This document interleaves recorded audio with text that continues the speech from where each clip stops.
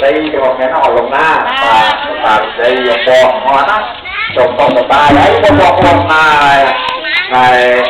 là bay cho ba cho đây chuột đây đó để chuột nằm bay lên hàng ngô cái người trồng kề hào bò á là tổ phụ con là ba đó trong nhà để trồng lên hỏi thái đi thay lại để nát và trồng học